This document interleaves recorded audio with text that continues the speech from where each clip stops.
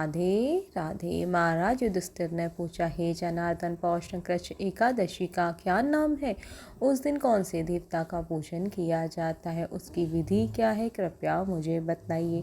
भक्तवत्सल भगवान श्री कृष्ण कहने लगे कि हे धर्मराज, मैं तुम्हारे स्नेह के कारण तुमसे कहता हूँ कि एकादशी के व्रत के अतिरिक्त मैं अधिक से अधिक दक्षिणा पाने वाले यज्ञ से भी प्रसन्न नहीं होता हूँ। अतः इसे अत्यंत भक्ति और श्रद्धा से युक्त होकर करें। हे राजन, द्वादशी युक्त पौष कृष्ण एकादशी का महात्म तुम एकाग्रचित होकर सुनो।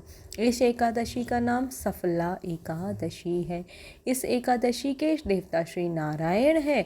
विधि पूर्वक इस व्रत को करना चाहिए। जिस प्रकार नागों में शेषनाग, पक्षियों में गरुड़, सब ग्रहों में चंद्रमा, यज्ञों में अश्वमेघ यज्ञ और देवताओं में भगवान विष्णु श्रेष्ठ हैं, उसी तरह सब व्रतों में एकादशी का व्रत श्रेष्ठ है। जो मनुष्य सदैव एकादशी का व्रत करते हैं वे मुझे परम प्रिय होते हैं। अब इस एकादशी की व्रत की कथा सुनो।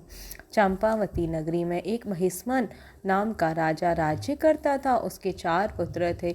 उन सब में लुम्बक नाम वाला बड़ा पुत्र राजा का पुत्र महापापी था। वह पापी सदा पर स्त्री और वैश्यागमन तथा दूसरे बुरे कामों में अपने पिता का धन नष्ट किया करता था। सदैव ही देवता, ब्राह्मण, वैष्णव की निंदा किया करता था। जब राजा को अपने बड़े पुत्र के ऐसे कुकर्मों का पता चला तो उन्होंने अपने राज्य से निकाल दिया।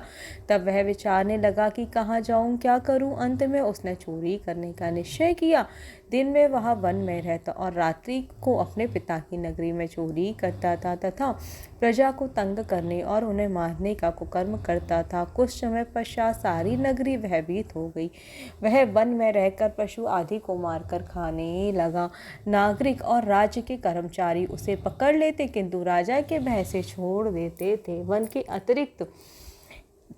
वन के एक अति प्राचीन विशाल पीपल का वृक्ष था। लोग उसकी भगवान के समान पूजा करते थे। उसी वृक्ष के नीचे वह महापापी लुम्बक रहने लगा। इस वन को लोग देवताओं की क्रीड़ा स्थली मानते थे। कुछ समय पश्चात पौष कृष्ण पक्ष की 10वीं के दिन वह वस्त्रहीन होने के कारण शीत के चलते सारी रात्रि सो नहीं सका और उसके हाथ पैर अकड़ गए। सूर्य उदय होते होते वह मूर्छित हो गया। दूसरे दिन एकादशी के मध्याह्न के समय सूर्य की गर्मी पाकर उसकी मूर्छा दूर हो गई।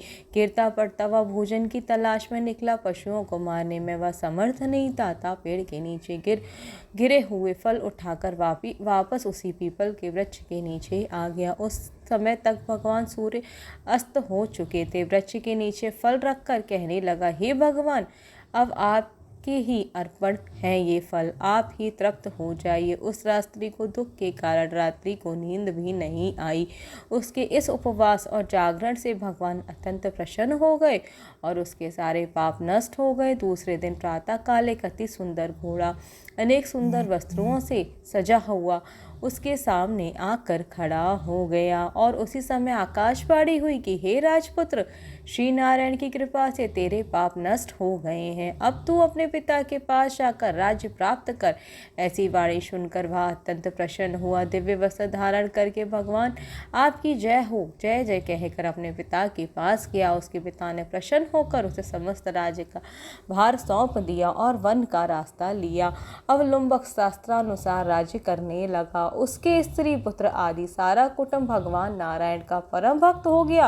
वृद्ध होने पर वह अपने पुत्र को राज्य भार सौंप कर वन में तपस्या करने चला गया। अंत समय में वैकुंठ को प्राप्त हुआ। अतः जो मनुष्य इस परम पवित्र सफला एकादशी का व्रत करता है उसे अंत में मुक्ति मिलती है। जो नहीं करते वे पूंछ और सींगों से रहित पशुओं के समान है। इस सफला एकादशी का महात्म बहुत ही महत्वपूर्ण है, तो इसलिए हम सबको सफला एकादशी का व्रत करना चाहिए। इस व्रत का फल अश्वमेघ यज्ञ के फल से भी अधिक है। सभी को राधे राधे। इस प्रकार की रोचक जानकारी जानने के लिए हमारे साथ जुड़े रहिए, बने रहिए।